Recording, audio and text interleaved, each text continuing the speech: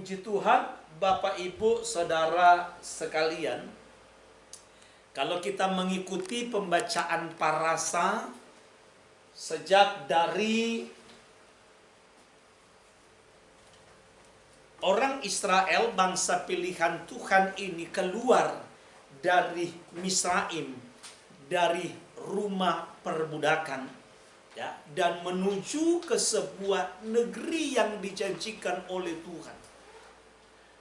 Negeri yang penuh dengan kelimpahan, di mana Tuhan janjikan bahwa negeri itu akan menjadi milik kepunyaan mereka. Tetapi saudara-saudaraku yang dikasihi Tuhan, kita tahu bersama bahwa negeri yang dijanjikan oleh Tuhan untuk diberikan kepada keturunannya Yakub, keturunannya Israel, bukanlah sebuah negeri yang penuh dengan segala kelimpahan, berlimpah dari susu dan madunya, ya. Lalu kemudian di sana tidak ada penghuninya atau penduduknya, alias sebuah tempat daerah yang kosong yang tidak berpenghuni, ya. Bukan, saudara, tetapi justru negeri itu di sana dikuasai oleh penduduk yang dilukiskan oleh firman Tuhan. Di sana ada orang-orang kuat, ada orang-orang enak yang badannya tinggi besar perawakannya. Mereka orang-orang yang gagah perkasa. Dan orang-orang itu, penduduk-penduduk itu harus ditaklukkan oleh yang namanya orang Israel. Jadi Bapak Ibu Saudara sekalian, dalam perjalanan bangsa Israel, umat pilihan Tuhan ini menuju ke negeri perjanjian, maka mereka itu harus yang namanya berperang melawan yang namanya musuh. Mereka harus berjuang, ya, dan menaklukkan yang namanya musuh.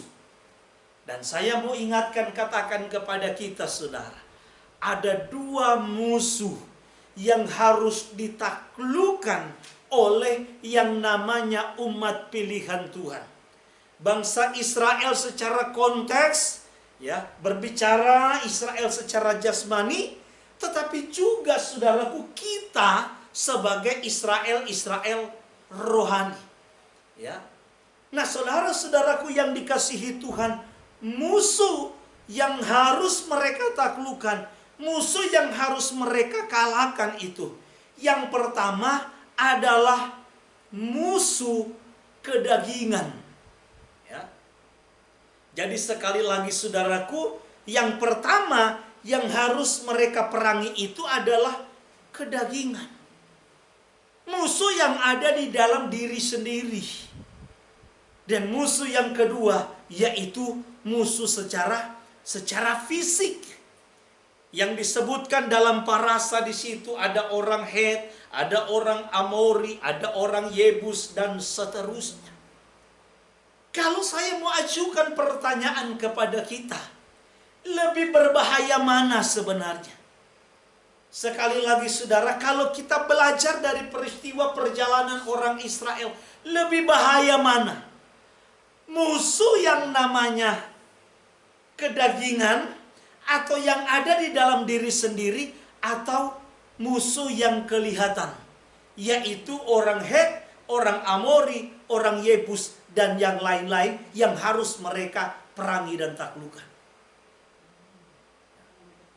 Mungkin kita beranggapan, saudara, kalau kita hanya menggunakan akal kita, nalar berpikir kita, oh sudah pasti orang-orang Kristen pada umumnya, anak-anak Tuhan, beranggapan bahwa oh lebih bahaya yang namanya musuh yang ada di tanah Kanaan, ya. Karena itu bisa membunuh dan membinasakan mereka. Musuh yang akan mereka hadapi di tanah Kanaan itu bisa menghabisi mereka secara fisik, secara jasmani. Tetapi mari kita lihat apa yang digambarkan, apa yang diceritakan oleh kitab suci kita. Berapa banyak orang yang mati di padang gurun, yang bukan dibunuh, dihabisi oleh orang-orang Het, orang-orang Yebus, orang-orang Amori, yang justru mati di padang gurun. Ya, kan kata firman Tuhan kalau kita baca, Tuhan menyuruh Mose untuk mencatat orang-orang Israel di luar suku Lewi yang usianya 20 tahun ke atas. Waktu dicatat, waktu mereka berada di dataran Gunung Sinai, ada sekitar 503.550 orang dewasa. Ya. Perjalanan mereka selama 40 tahun di padang gurun, sampailah mereka di dataran Moab. Ini sudah di perbatasan tanah Kanaan, negeri perjanjian.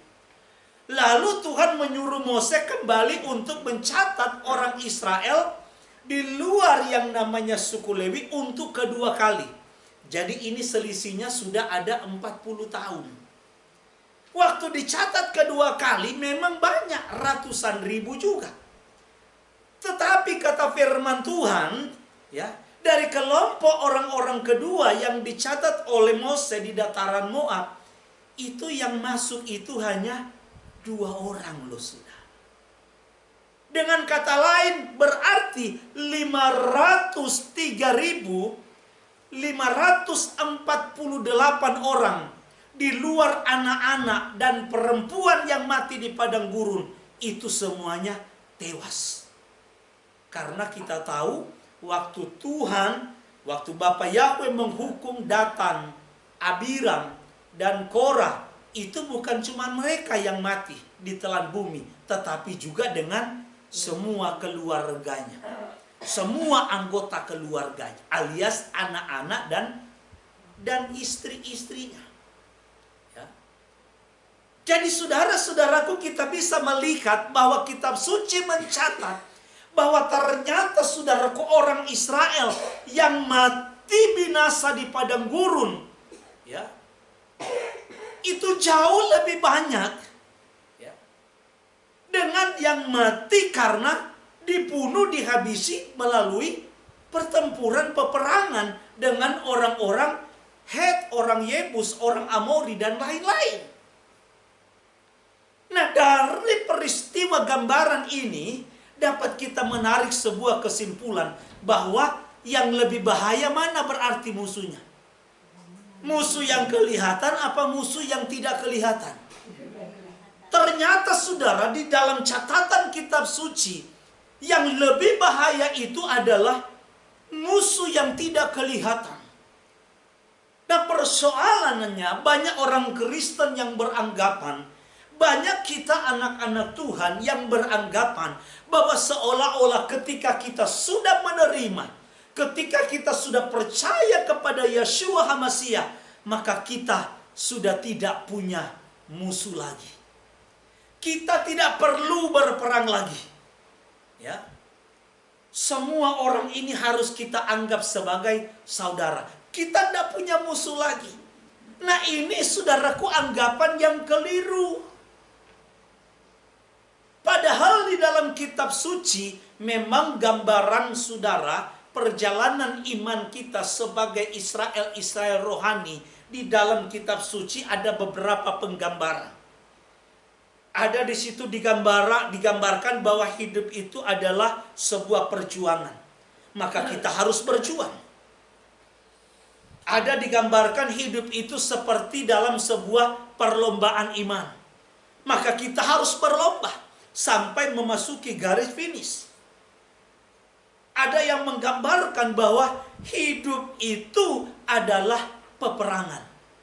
Maka kita harus berperang. Amin, saudara. Hidup itu adalah peperangan. Maka kita harus berperang. Di dalam kitab suci, dalam Roma pasalnya yang ke-6, ayat yang ke-13, tolong satu orang baca. Kita bukan berperang secara fisik seperti musuh yang dihadapi oleh orang Israel ketika mereka akan menduduki negeri perjanjian tanah Kanaan. Tetapi saudaraku, kata firman Tuhan Roma pasal 6 ayat yang ke-13. Dan janganlah kamu menyerahkan anggota-anggota tubuhmu kepada dosa untuk dipakai sebagai senjata kelaliman.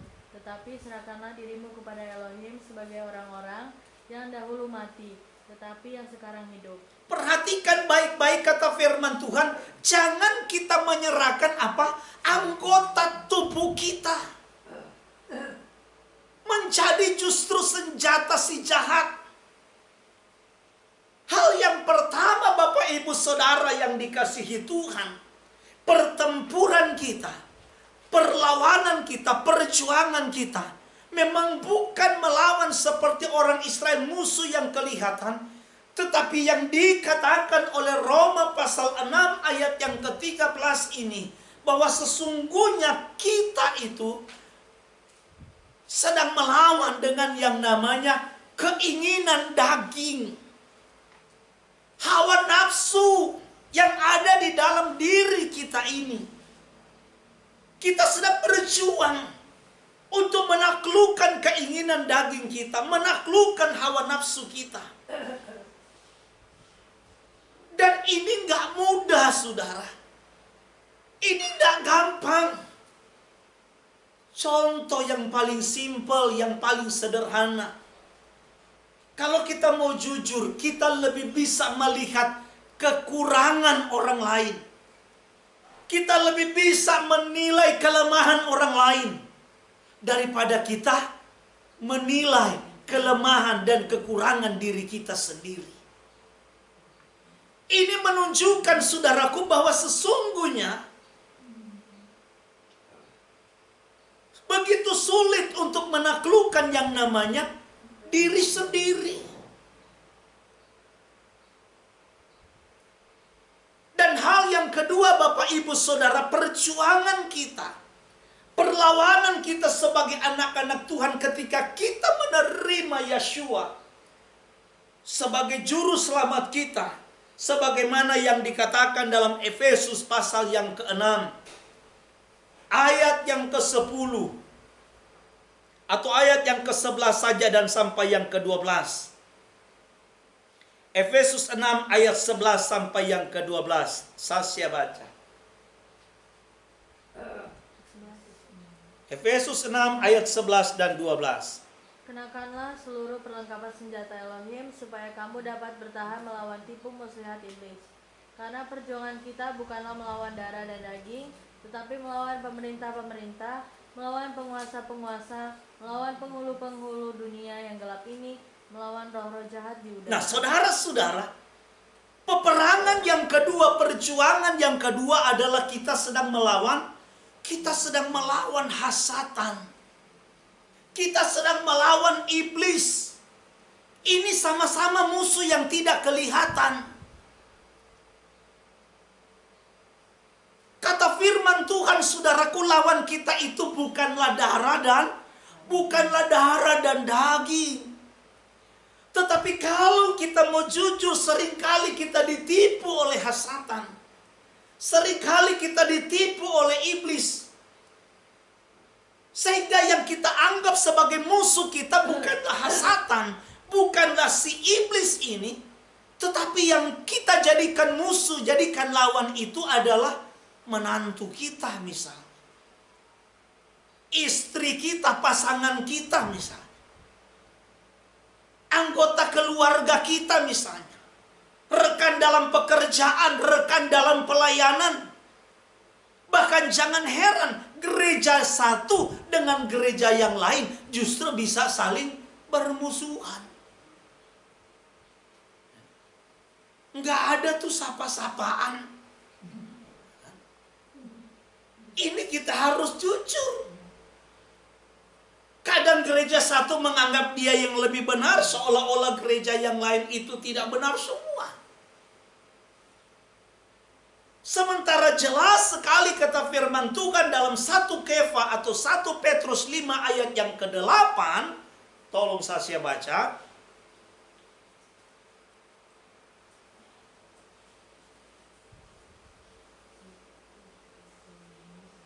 1 Petrus 5 ayat yang ke-8.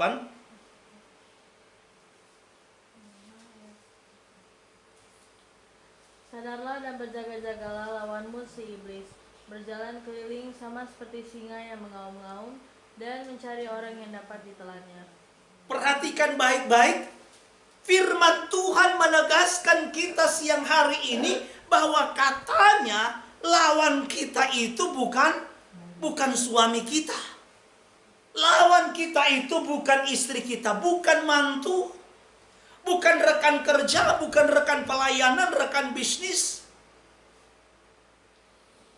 Lawan kita, kata firman Tuhan, adalah iblis. Satu hal yang saya mau tekankan kepada kita, sejahat-jahatnya manusia, saya mau ingatkan dan katakan, sejahat-jahatnya manusia, sebengis-bengisnya manusia, dia tetap bukan musuh kita. Dia tetap bukan lawan kita. Tetapi yang menjadi lawan kita adalah hasatan iblis yang bercokol di dalam dia. Nah, ini harus kita tahu. Ini harus kita sadar.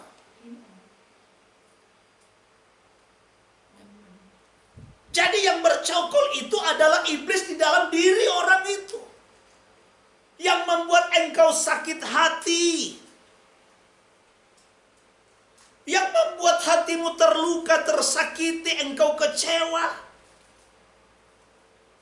Memang secara fisik, ya, ini ulah karena si oknum. Apakah itu si A dan si B? Tetapi di balik si oknum A dan B itu ada spirit yang lain. Yang menunggangi dia, yang bercokol di dalam dirinya, yang memakai dia. Untuk apa? Untuk menggerogoti iman kita. Untuk menjauhkan kita dari kasih karunia Tuhan. Menjauhkan kita dari hadirat Tuhan. Ini adalah pekerjaan iblis, Bapak Ibu Saudara. Jadi ingat baik-baik, semenderitanya kita karena ulah dari orang lain, kita bukan sedang melawan orang-orang itu. Semenderitanya kita karena mungkin yang tadi kita ditipu atau kita dikucilkan, kita dicuekin, kita disakiti, kita dirugikan, dan yang lain-lain.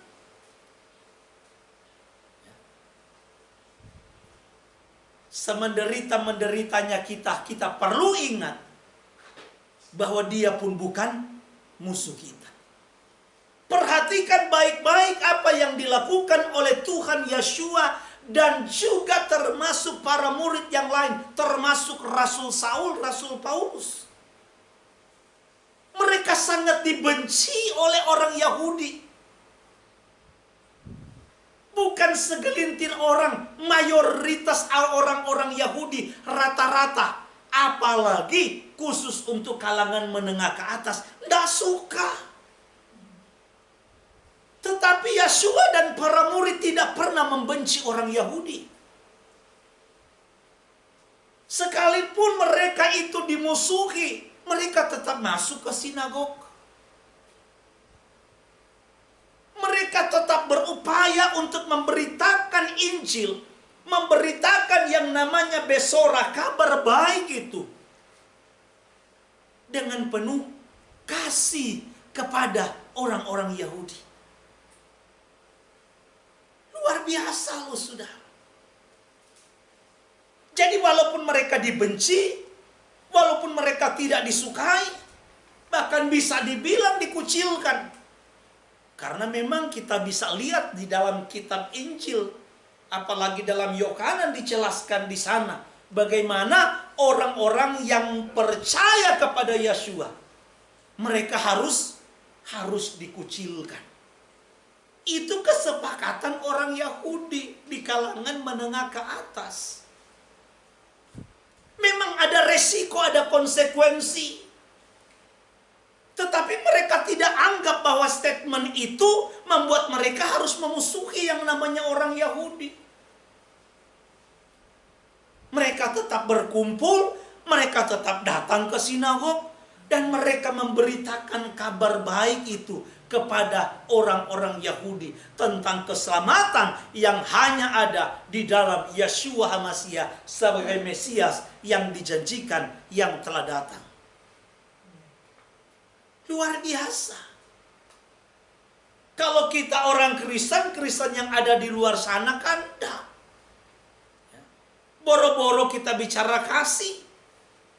Kalau ada misalnya yang membuat kita itu terluka, membuat hati kita itu tersakiti, boro-boro kita salaman, kita ngobrol, lihat mukanya aja kita udah nek. Ketemu di jalan, pasti kita akan berusaha cari jalan lain. Malas katanya ada si dia. Ini yang jadi persoalan saudara-saudara. Ada konsep yang salah di dalam kekristenan berpikir bahwa ketika kita menjadi anak Tuhan, ketika kita menjadi orang percaya, maka kita nggak perlu lagi berperang. Kenapa? Karena Tuhan akan menggantikan posisi kita. Dia yang akan berperang. Lalu dipakai ayat yang Keluaran 14 ayat 13 sampai 14. Jangan kamu takut. Ini peristiwa ketika Mose membawa orang Israel mau menyeberangi laut Teberau. Di depan laut, di belakang orang-orang Mesir, Firaun dan pasukannya. Lalu apa yang Tuhan bilang? Kamu jangan takut. Diam saja. Aku yang akan berperang gantikan kamu. Nah, konteks ini dibawa.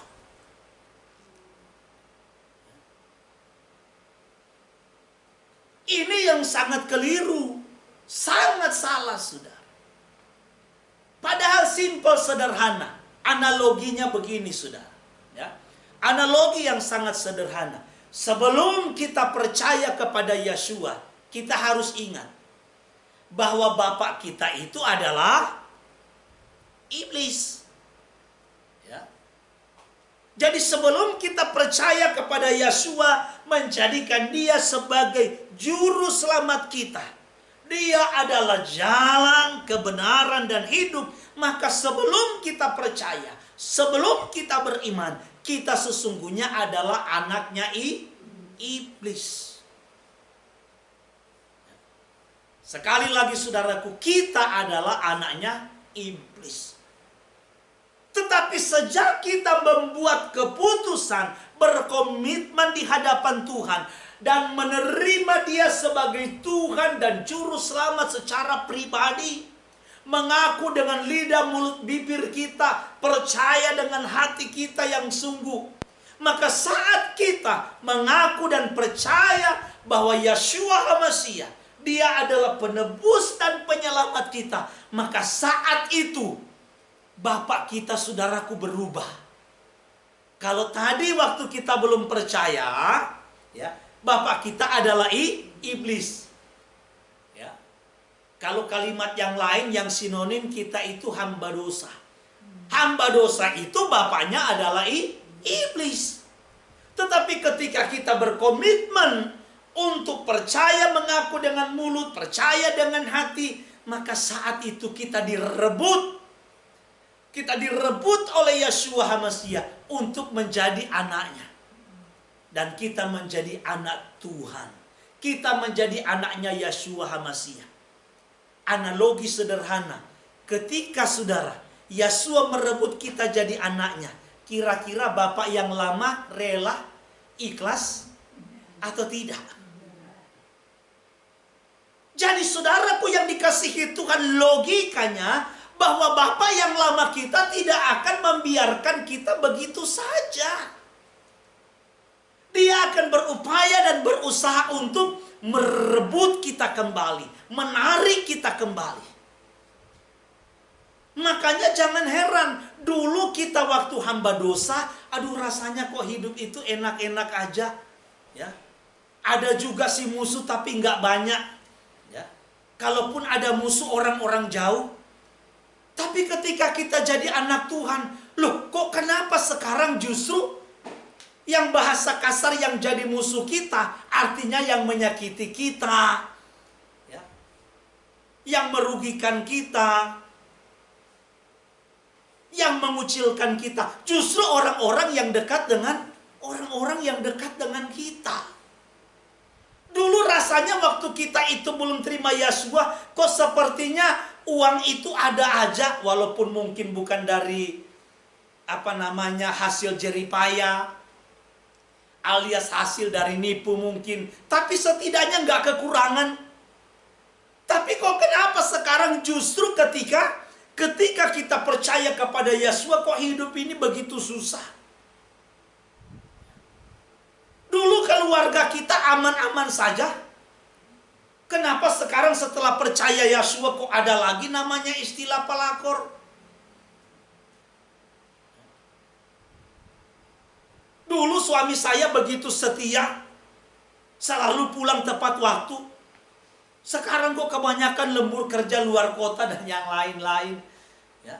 Jadi kok sepertinya ketika kita memilih jalan kebenaran, kita beralih Bapak, mengganti Bapak, ya. Sekarang Bapak kita adalah Bapak yang ada di surga, Bapak yang ada di Samayin. Kok sepertinya jalan ini begitu berliku-liku, begitu banyak tantangan, begitu banyak hambatan. Ini sebenarnya ada apa? Karena yang saya bilang tadi,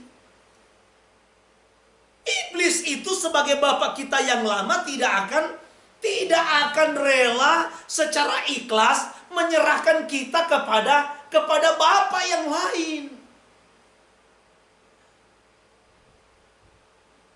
Itulah sebabnya saudara-saudaraku yang dikasihi Tuhan, hal ini perlu kita sadari.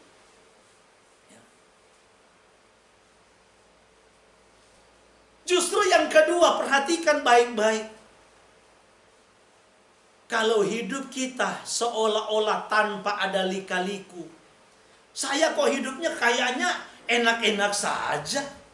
Baik-baik saja. Dari sejak dulu rasa-rasanya nggak ada tuh seperti yang Pak Gembala bilang. Hati-hati. Jangan-jangan Bapak kita masih Bapak yang lama. Jangan-jangan Bapak kita masih Bapak yang lama. Bapak yang lama bilang, oh dia anakku. Jangan saudara pikir jadi hamba dosa itu tidak enak-enak, saudara. Jadi hamba dosa itu enak. Jadi anaknya si iblis. Jadi kalau iblis Bapak kita itu enak. Tapi enak dalam tanda kutip. Siapa bilang dosa itu tidak nikmat? Dosa itu nikmat. Makan yang bukan menjadi hak kita, ya kan? Menahan hak orang lain, menindas orang lain, korupsi, nipu misalnya, zina dan segala macam. Semua secara daging enak. Nah ini yang sangat berbahaya. Makanya Bapak Ibu Saudara-saudaraku yang dikasihi Tuhan, kita harus sadar, kita harus tahu betul bahwa lawan kita ini tidak main-main. Yang kita harus taklukkan, yang kita harus kalahkan itu adalah kedagingan kita, hawa nafsu duniawi yang bercokol di dalam diri kita.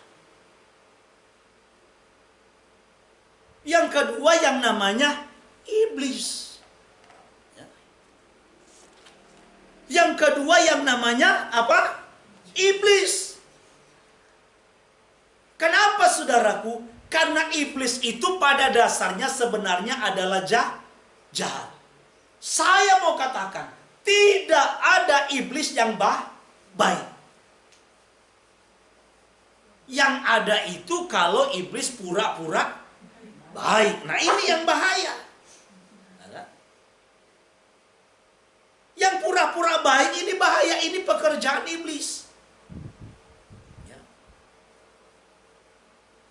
Tiba-tiba kalau ketemu misalnya sama ibu ade, suka dikasih coklat. Ini hati-hati. Ya kan? Biasanya ini di balik ini ada maksud dan tujuan. Ini coklat apa nih? Tanda apa? Harus langsung ditanya. Nah, yang saya mau tekankan bahwa nggak ada iblis yang baik. Iblis itu selalu dia pura-pura baik. Kenapa? Karena tujuannya, saudaraku, adalah bagaimana dia menarik kita supaya kita kembali menjadi anaknya. Kan Yohanes atau Yohanan 8 jelas ayat 44, tolong saya baca. Dia pura-pura baik sebenarnya adalah untuk menyeret kita kembali ke jalannya dia, kembali ke rumahnya dia. Kita menjauh dari kebenaran, kita tinggalkan kebenaran, kita menjauh dari persekutuan dengan Tuhan, kita tinggalkan Tuhan, kita tinggalkan gereja. Nah, iblis coba menawarkan hal-hal yang saya katakan tadi. Sebenarnya pura-pura baik. Ya. Baca saja. Yohanes 8 ayat 44. Iblislah yang menjadi bapamu dan kamu ingin melakukan keinginan-keinginan bapamu. Ia adalah pembunuh manusia sejak semula dan tidak hidup dalam kebenaran. Sebab di dalam dia tidak ada kebenaran. Jadi jelas sekali bahwa iblis berusaha untuk menarik orang-orang yang di dalam kebenaran untuk supaya ditipu dengan berbagai macam kebaikan, tetapi intinya kebaikan yang ditawarkan oleh iblis untuk menyeret anak Tuhan jauh dengan Tuhan. Maka jangan terkecoh. Banyak orang Kristen beranggapan bahwa semua yang namanya kita terima dalam bentuk berkat materi itu pasti datangnya dari Tuhan. Oh, belum tentu. Bisa iblis pakai itu, tujuannya adalah, wah, kayaknya kalau saya lihat orang ini, kalau saya kasih kekurangan, kalau saya kasih pergumulan, wah, dia makin dekat dengan Tuhan. Makin dia doa puasa, makin dia rajin ke gereja. Cobalah ku kasih dia kelimpahan, ku kasih dia keberhasilan. Wah, begitu dikasih kelimpahan, lupa dia. Kalau dulu kekurangan seringkali, Pak Gembala tolong doakan. Sekarang gak perlu lagi dia berdoa. Ngapain lagi, orang semua ada. Kan begitu. Kalau dulu waktu kekurangan sering dia puasa, sering dia ibadah. Begitu dia dalam kelimpahan, begitu dia ada dalam keberhasilan, maka Tuhan sudah jadi nomor sekian. Dulu yang namanya hari ibadah, waduh, kalau misalnya istilah buka warung, namanya ibadah, warung tutup. Tapi begitu dikasih rezeki sama si iblis, waduh, banyak pelanggannya, konsumennya banyak. Hari ibadah justru rame-ramenya. Akhirnya apa? Sudahlah, Tuhan nanti. Ini dulu, usaha saya harus jalan dulu. Jadi ini yang saya katakan, iblis yang pura-pura baik. Menawarkan segala keberhasilan, intinya tujuannya membuat kita jauh dari Tuhan, jauh dari kebenaran. Maka harus berhati-hati. Karena iblis itu jahat, saudara. Ya. Saudara bisa bayangkan kan? Jahatnya itu bukan semata-mata untuk menyuruh kita misalnya mencuri, menghabisi nyawa orang. Bukan. Kadang-kadang yang tadi seperti yang saya bilang. Sama seperti saudara mungkin pernah dengar yang namanya cerita bagaimana angin ini berlomba untuk menjatuhkan siapa yang paling hebat. Kita jatuhkan yang namanya monyet ini. Lalu kemudian, waduh, yang pertama namanya angin badai, angin barat lah.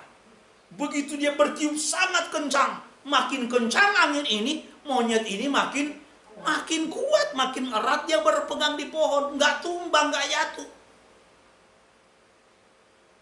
Begitu juga dengan angin. Wah, angin putar, angin puting beliung. Ya. Pohonnya tinggal nggak kecabut aja. Tapi sama, semakin kencang angin itu berputar, tetapi semakin kencang, semakin erat monyet itu berpegang di batang pohon. Giliran angin sepoi-sepoi ditiup, halus. Sama seperti kita, anginnya nih enak, sejuk, membuat mata ngantuk. Udah begitu siang, lapar pula. Ya? Begitu kena angin, mata langsung sayup-sayup. Sama seperti monyet. Begitu angin sepoi-sepoi bertiup, ketiduranlah dia saking enaknya. Ya? Akhirnya karena ketiduran asik, jatuh. Jadi kadang-kadang untuk menjatuhkan monyet ini tidak membutuhkan angin yang sangat kencang, badai yang sangat luar biasa. Angin sepoi-sepoi pun bisa menjatuhkan seekor monyet. Begitu juga dengan kehidupan kita. Untuk menjatuhkan anak-anak Tuhan itu kadang-kadang tidak perlu dengan badai yang hebat, pergumulan yang berat. Kadang-kadang dengan kelimpahan pun ya, orang bisa jatuh. Ya. Makanya sampai seringkali diangkat di mana-mana. Orang kalau lagi di atas itu katanya hati-hati. 3 hal yang bisa menjatuhkan dia. Harta, tahta, wanita. Artinya ketika orang itu justru ada di atas. Bukan ketika dia ada di bawah. Nah, ini adalah pekerjaan dari iblis. Pura-pura baik, padahal sebenarnya dia tidak baik. Dari dulu dia adalah bapa segala pembohong. Dari dulu sampai sekarang dia adalah bapa segala pendusta. Banyak orang yang mau ditipu. Banyak orang yang pada akhirnya jatuh karena mereka mau dibohongi. Yang kedua, Bapak Ibu Saudara sekalian, dalam Matius 7 ayat yang ke-15, iblis itu dia sangat licik. Saya mau garis bawahi lagi. Iblis itu dia sangat licik. Tolong baca saja. Matius 7 ayat 15. Waspadalah terhadap nabi-nabi palsu yang datang kepadamu dengan menyamar seperti domba, tapi sesungguhnya mereka adalah serigala yang buas. Saudara perhatikan baik-baik. Dalam ayat ini dibilang serigala yang menyamar atau berbulu domba. Serigala itu jahat apa tidak? Ya kan? Serigala itu dia nggak usah nyamar pakai bulu domba. Serigala aja sudah jahat. Apalagi kalau dia sedang menyamar, saudara. Ya. Makin jahat. Ya. Inilah yang digambarkan tentang kelicikan daripada iblis.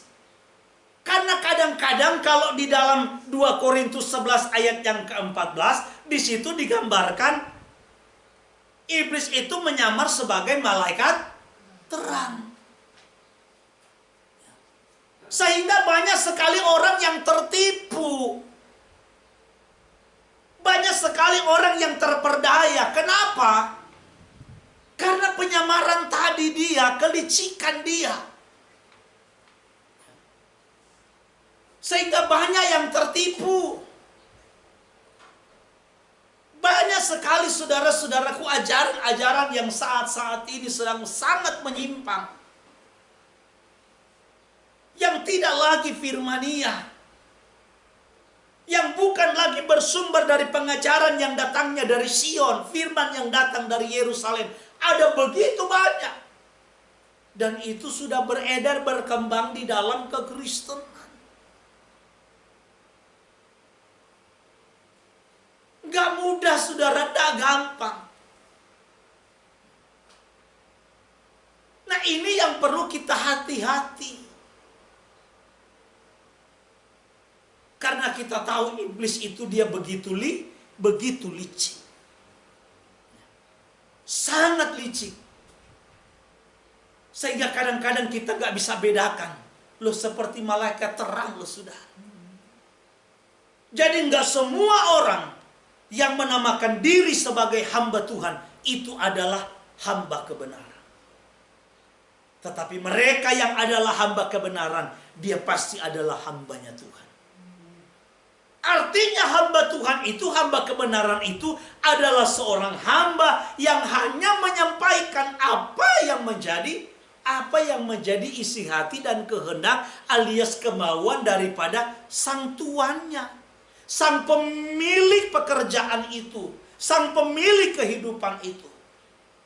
Gak boleh karena kita punya kepentingan lain, terus kemudian isi hati Tuhan kita abaikan, saudara. Kita kedepankan karena kita punya kepentingan. Ini bahaya. Ya. Makanya saya punya komitmen. Kalau dulu saya mah sering diundang di mana-mana. Saya sering. Kalau kita mau bicara untuk soal masalah dapur mah ya agak aman lah. Ya. Ada jadwal rutin. Tapi saya dulu memilih untuk netral, Bu. Saya nggak berani sampaikan tentang kebenaran ini. Termasuk tentang nama. Kenapa? Karena kadang-kadang kita lupa yang menjamin hidup kita, yang memelihara kita adalah Dia sang penguasa yang menciptakan langit dan bumi. Seolah-olah sehingga kadang-kadang kita takut. Kita mulai berpikir nanti kalau kita sampaikan kebenaran yang sesuai dengan apa yang diinginkan oleh Tuhan, nanti kita tidak diundang lagi. Saya waktu itu berpikir, Tuhan pasti bela. Ya. Tapi dalam pemikiran saya bahwa kalau ini saya sampaikan, undangan tetap jalan terus. Dan akhirnya saya sampaikan.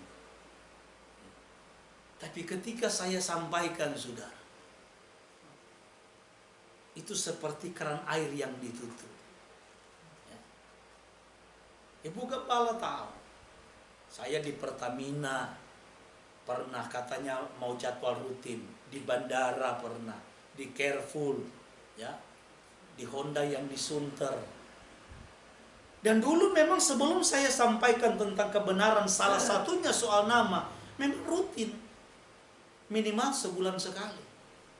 Tapi begitu saya sampaikan, saudara, itu suasananya jadi lain. Ya. Dalam saya menyampaikan itu suasananya langsung lain. Tetapi kembali lagi, Galatia 1 ayat yang ke-10, apa yang Rasul Paulus katakan? Kalau seandainya aku masih berusaha untuk menyenangkan hati manusia, maka sesungguhnya aku bukanlah hamba Tuhan. Jadi bisa saya menjadi pelayan manusia hanya untuk menyenangkan telinga orang, hati orang. Yang penting saya diundang, yang penting mereka senang. Bisa.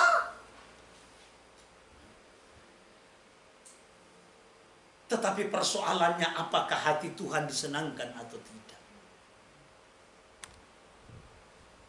Tuhan membuktikan sampai sekarang kita masih hidup, ya, badan masih makin gemuk. Artinya Tuhan tetap pelihara. Untuk itu Bapak Ibu Saudara sekalian, inilah bagian yang betul-betul perlu kita sadari dalam hidup ini. Penting sekali. Nah, lalu yang terakhir, bagaimana sikap kita supaya kita dapat melawan dan muncul menjadi pemenang ketika kita melawan yang namanya keinginan daging, hawa nafsu duniawi, dan segala tipu daya hasatan. Ya. Kalau kita baca tadi Efesus pasal 6 ayat yang ke-10 bilang bahwa kita hanya bisa mampu, kita hanya bisa menjadi kuat, kita hanya bisa menjadi pemenang kalau seandainya kita melibatkan Tuhan. Ya. Kalau kita melibatkan Tuhan, maka kita pasti akan menjadi pemenang. Jadi jangan andalkan kekuatan sendiri.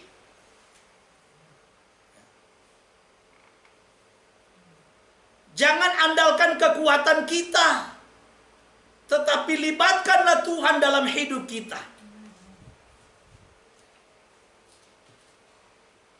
Yang kedua, apa yang dikatakan Efesus 6 adalah harus kita diperlengkapi dengan senjata kebenaran. Kalau kita tidak punya senjata kebenaran, bagaimana mungkin kita bisa mengalahkan kelicikan, segala tipu muslihat iblis? Orang waktu iblis saja menggoda, mencobai yang namanya Yosua, waktu dia selesai puasa 40 hari 40 malam, iblis mencobai Yosua, menggoda Yosua pakai apa? Pakai ayat firman. Nah, kalau kita tidak memahami kebenaran, kita tidak memperlengkapi diri kita dengan firman Tuhan, apa yang menjadi senjata kita? Saudara lihat yang ditawarkan oleh Satan kepada Yosua. Kamu lihat tak segala keindahan, kegemilangan dunia ini, semua itu akan aku serahkan, aku berikan kepadamu. Coba saudara, asalkan aku yang jadi bos. Artinya yang ditawarkan iblis ini sesuatu yang sangat memikat. Materinya nggak main-main, saudara.